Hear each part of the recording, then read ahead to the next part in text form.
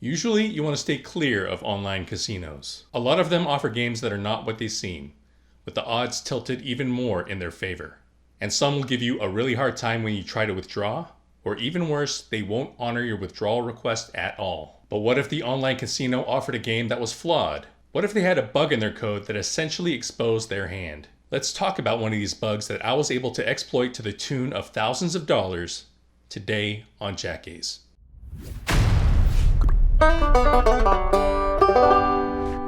What up, donkeys? JackAce here with JackAce.com, where we talk about my 3 favorite topics: gambling, crypto, and math. Today we're going to talk about a bug that I was able to take advantage of on the online casino ParadisePoker.com. Back in March of 2005, Paradise Poker started offering Blackjack in addition to their existing poker cash games and tournaments. A few days later, my brother called me to tell me he noticed something irregular while playing the game. When the dealer had an ace showing, as expected, the program would ask you if you wanted to take insurance. But the atypical thing was that there would be a noticeable pause when the dealer actually had a 10 in the hole. And if you know anything about blackjack, you know that you will always win that insurance bet when the dealer has that exact card in the hole. And since I already had a Paradise Poker account, I logged in and started playing to verify his claim. I was betting the minimum, just playing basic strategy until the dealer got his first ace. When they asked for insurance, there was no pause, so I clicked no, and the dealer in fact did not have a 10 in the hole. I played a couple dozen more hands until the dealer had an ace showing, and there was a noticeable delay before the insurance prompt. So I took insurance, and I was correct. The dealer did have a 10 in the hole. If you don't know what the insurance bet is in blackjack, it's a side bet where you can wager up to half of your original bet when the dealer has an ace showing. You're betting on whether the dealer has a 10 in the hole to complete a natural 21. If you're wrong and the dealer doesn't have a 10, you lose that half bet. If you're correct, your insurance bet wins 2-1, which is equivalent to your main bet. And when you win that insurance bet, you typically lose your main bet at the same time, resulting in an overall push. There was one scenario where the presence of this delay didn't work. If the player had a natural blackjack and the dealer had an ace showing, there would always be a delay regardless of the dealer's hole card. In this case, you would just revert to basic strategy and decline the even money offer. So if we want to do a simple estimate of the cost of this bug, we can start by assuming an infinite number of decks. That means that every rank, ace through 9, has the probability of 1/13 of being dealt. And the 10 valued cards, 10, Jack, Queen, and King, have the probability of 4/13 of being dealt. And that makes the math really easy.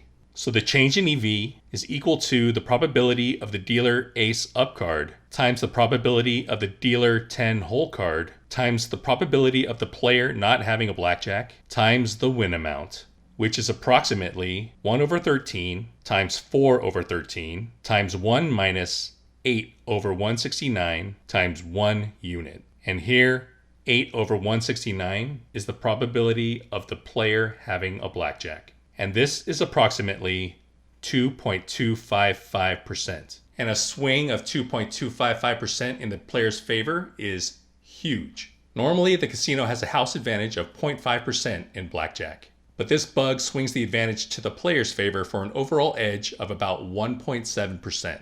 And that 1.7% advantage may not sound like much, but think about this. Most professional blackjack card counters only have an edge of about 1.5 to 2%. You know, card counting, that sinister thing that casinos kick you out for, and according to movies, take you to a back room and beat you to a pulp for. So with this bug, a player with a basic strategy card could have a card counter's advantage just by making one perfectly timed deviation. And that's what I did.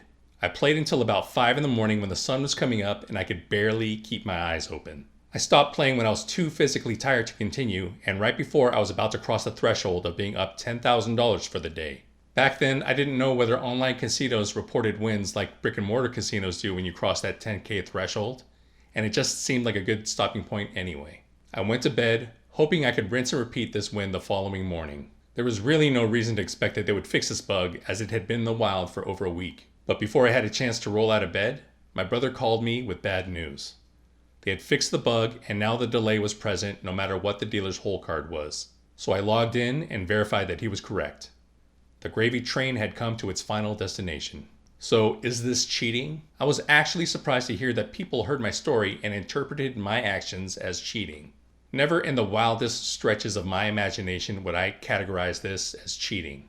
I didn't force this bug to happen, and I wasn't in cahoots with anyone from the company. I just knew the value of this flaw and how to benefit from it. It would be different if I wrote the bug and then went home and exploited it. That would be like working with a dealer in a live casino who purposely flashes you their hole card.